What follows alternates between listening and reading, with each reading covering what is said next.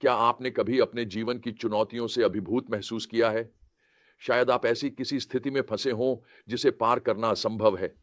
अगर हां, तो आप अच्छी संगति में हैं। जब इस्राएलियों ने वादे के देश में प्रवेश किया, तो उन्हें भी बाधाओं का सामना किया। लेकिन उनकी कहानी यहोशू 10:19 से 12:24 में है, जो आज हमारे आध्यात्मिक संघर्षों के लिए महत्वपूर्ण सबक देती है।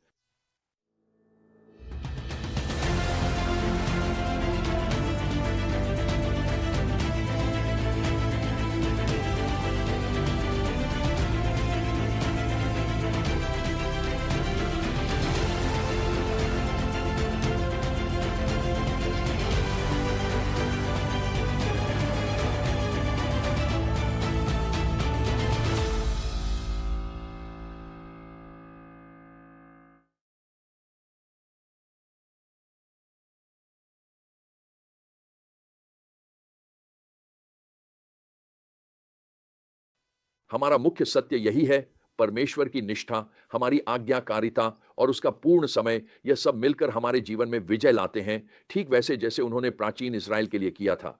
जब हम इस खंड में गहराई से जाते हैं, तो यह याद रखना महत्वपूर्ण है कि भले ये शारीरिक युद्ध थे, मगर वे हमारे लिए आध्यात्मिक सच्चाइयों का प्रतिनिधित्व करते हैं।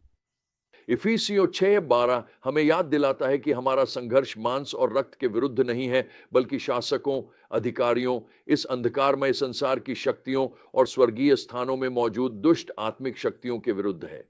तो आइए कनान पर इस्राएल की विजय से मिलने वाले आध्यात्मिक सबकों को समझें। सबसे पहले हम परमेश्वर की अटल विश्वास योग्यता को उसके वादों के प्रति देखते हैं। यहोशू 11:23 यहोशू ने उस पूरे देश को ले लिया, जैसा कि यहोवा ने मूसा को कहा था, और उसने इसे इस्राएल को विरासत के रूप में दे दिया। उनके जनजातीय विभाजन के अनुसार यह सदियों पहले अब्राहम से की गई परमेश्वर की प्रतिज्ञा की पूर्ति को दिखाता है कि परमेश्वर हमेशा अपने वचन को पूरा करता है, चाहे इसमें कितना भी समय लगे। क्या आपसे परमेश्वर के कोई वादा किया है जिसे पूरा होने में देर लग रही है? हिम्मत रखें, परमेश्वर का समय पूर्णतः सही होता है। उसके वादे अटल हैं। जैसे वह इस्राएल के प्रति विश्वास योग्य था, वैसे ही वह आपके प्रति भी विश्वास योग्य रहेगा। दूसरा, हम आज्ञाकारिता के महत्व को देखते हैं। इन अध्यायों में हम बार बार वाक्यांश देखते हैं, जैसे जैसा यहोवा ने आज्ञा दी। ये वाक्यांश बार बार दोहराए जाते हैं। यहोशू 11 और 15 इस पर जोर देते हैं, जैसा यहोवा ने अपने दास मूसा को आज्ञा दी, वैसे ही मूसा ने यहोशू को आज्ञा दी और यहोशू ने उसे पूरा किया। उसने कुछ भी अधूरा नहीं छोड़ा जो कुछ यहोवा ने मूसा को आज्ञा दी थी। इस्राएलियों की सफलता सीधे तौर पर परमेश्वर की आज्ञाओं के प्रति उनकी आज्ञाकारिता से जुड़ी हुई थी। अब प्रश्न यह उठता है, क्या आपके जीवन में ऐसा कोई क्षेत्र है जहां आप परमेश्वर की से आज्ञा मानने में संकोच कर रहे हैं? याद रखें, आंशिक आज्ञाकारिता भी अवज्ञा ही होती है। हमारी आत्मिक लड़ाइयों में विजय हमारी इस इच्छा पर निर्भर करती है कि हम परमेश्वर के निर्देशों का पूरी तरह पालन करें। तीसरा, हम पूरे विजय अभियान में परमेश्वर की अलौकिक व्यवस्था को देखते हैं, चाहे वह रणनीतिक मार्गदर्शन हो या चमत्कारी हस्तक्षेप। क्या आपको अध्याय 10 में सूर्य के स्थिर रहने की घटना याद है? परमेश्वर ने इस्राएलियों को विजय के लिए हर आवश्यक चीज प्रदान की। जो भी लड़ाई आप लड़ रहे हैं, परमेश्वर ने पहले ही आपके लिए आवश्यक प्रावधान दिया है। आपका काम विश्वास करना और आज्ञा का पालन करना है। और अंत में हम देखते हैं कि परमेश्वर का सही समय कैसे काम करता है। यहोशू ने इन सभी राजाओं के खिलाफ लंबे समय तक युद्ध किया। यह विजय एक रात में नहीं मिली, इसमें वर्षों की निरंतर मेहनत लगी। यह हमें याद दिलाता है कि परमेश्वर की योजना अक्सर धीरे धीरे प्रकट होती है, जिसके लिए हमें धैर्य और दृढ़ता की आवश्यकता होती है। हमारी त्वरित संतुष्टि की संस्कृति जब चीजें तुरंत नहीं बदलती, तो निराश होना आसान होता है।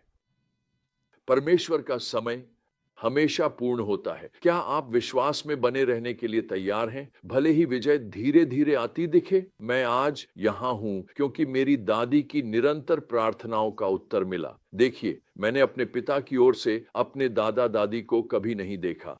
वे दोनों मेरे जन्म से पहले चल बसे थे। मुझे पता था कि वे यीशु से प्रेम करते थे, क्योंकि मेरा परिवार चर्च नहीं जाता था, आध्यात्मिक विषयों पर चर्चा करता था। बाद में मुझे पता चला कि मेरे दादा दादी यीशु से गहरा प्रेम करते थे। मेरी दादी प्रार्थना की एक महान महिला थी। उनके बारे में मैंने लिखित विवरण देखा। वह उनकी प्रार्थना जीवन पर था। वह एक गरीब महिला थीं, जो देश के ग्रामीण क्षेत्र में रहती थीं, लेकिन उनके पास जंगल में एक स्थान था, जहां वो परमेश्वर को ढूंढती थीं।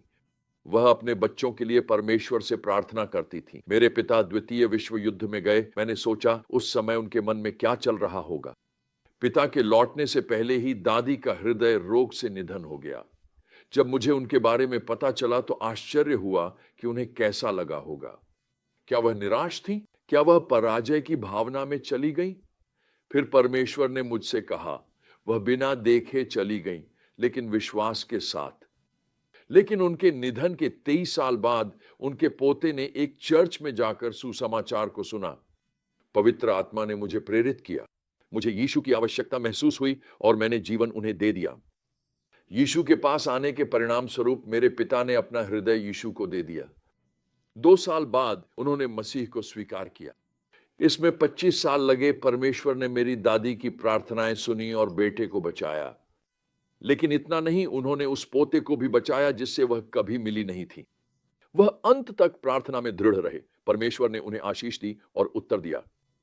मैं आपको यह कहानी इसलिए बता रहा हूं क्योंकि मैं निरंतर प्रार्थना का फल हूं।